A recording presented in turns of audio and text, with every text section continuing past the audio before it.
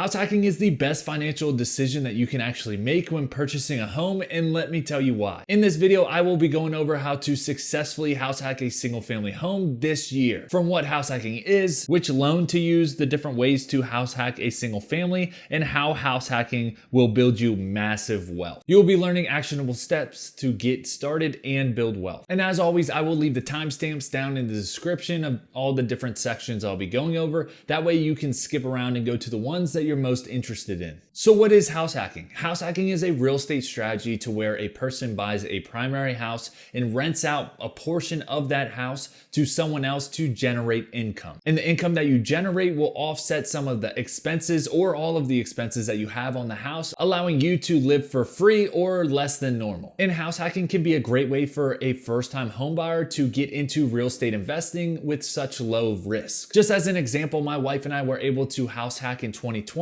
and we had all of our mortgage and other expenses on our property paid for, plus we were getting an additional $800 every single month to live for free. Not only were we getting paid an additional $800 every single month, we didn't have to pay for our highest monthly expense, which was either rent or a mortgage. So we were able to save that and ultimately save at such a higher rate. Now let's get into how to actually finance a single family house hack. Now the most common and popular way to finance a house hack is to use an FHA 3.5% down loan, and my wife and I actually use this same loan product. The reason being that it's so popular is because it allows you to only put down 3.5% down of the purchase price. Now granted, as long as you live there for at least a year and use it as your primary house, you can use this loan. As of today's video, the requirements for an FHA 3.5% down loan are as follows. You'll need a credit score of at least 580, proof of steady and consistent income, has to be used for a primary home for at least a year, and have less than a 50% debt to income ratio. Now those are just the basics. I would highly suggest you reach out to a loan officer in your area to talk more about this loan product. But just for an example, if you were to go and purchase a $300,000 home and use the FHA 3.5% down loan,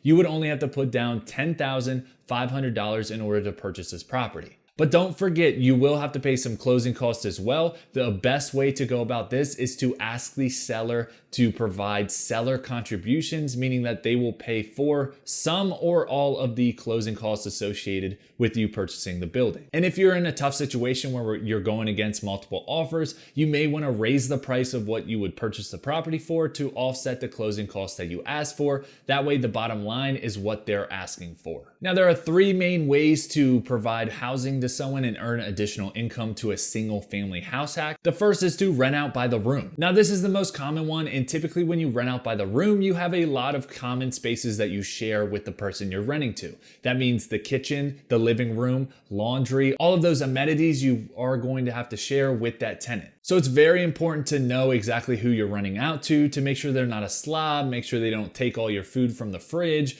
or anything like that. It is very important to set expectations up front so that everyone goes into a situation knowing exactly what to expect, knowing that you have to take care of your responsibilities, whether that's in the kitchen, the laundry room, the bathroom, whatever that may be. And by renting out by the room, I would say this is a one time I would actually consider renting out to friends or family. Now, the second way is to convert your basement into living area so that you basically have a separate addition to your house to where they have their own space and you have your own space. If you have a basement and as long as you have a bathroom and a bedroom down there, it would be very easy to put in a kitchenette down there so that they have their own space downstairs. And this strategy provides a little bit more privacy for you. That way you're not sharing common spaces. Now the next is renting a living space over top of your garage. This is very similar to renting out by the basement to where they have their own space, maybe a little kitchenette, a room, and a bathroom. I would say this provides the most privacy because it's basically a different building to where they're living in and they don't have to come through your house. But with that being said, if you do have a living space over the garage, typically the house that you were to have to purchase in order to have that would be higher than a regular single family house. So depending on what you're looking for in your real estate investing goal, you'll be able to decide between those three of which single family house hack strategy you'd want to implement. Now, if you're thinking to yourself, maybe I don't want to provide a living space, I may not be comfortable with someone living in my house or on my property, there are many other ways that you can actually create income from your property as well.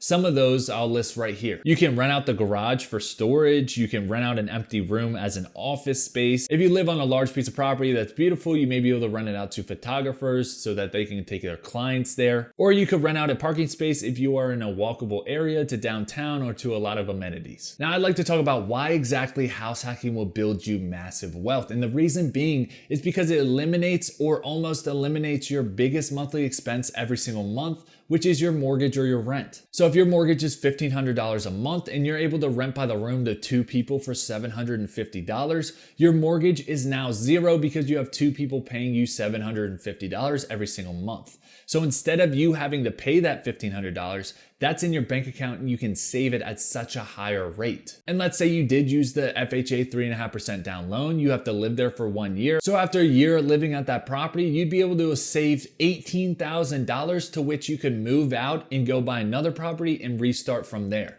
Then you can rent the room that you were living in your previous home, and now you have a rental property and a primary house to where you're renting out both properties. At which that point, you're gaining a ton of cash flow from the first property, and where you're living at, you're living for free again. So do you see where this is going? By house hacking, it allows you to eliminate your biggest expense, allowing you to save more and allowing you to invest to create more passive income. I personally house hacked. I know a lot of people that have house hacked as well, and no one that I've talked to has regretted it. They think it's such a great opportunity, and I think it's a great opportunity for new people getting started and getting into real estate based off of the high interest rates we're seeing in the market and based off of just the supply and demand in the market for rentals. Thank you everybody for watching. I hope you learned something, and happy investing.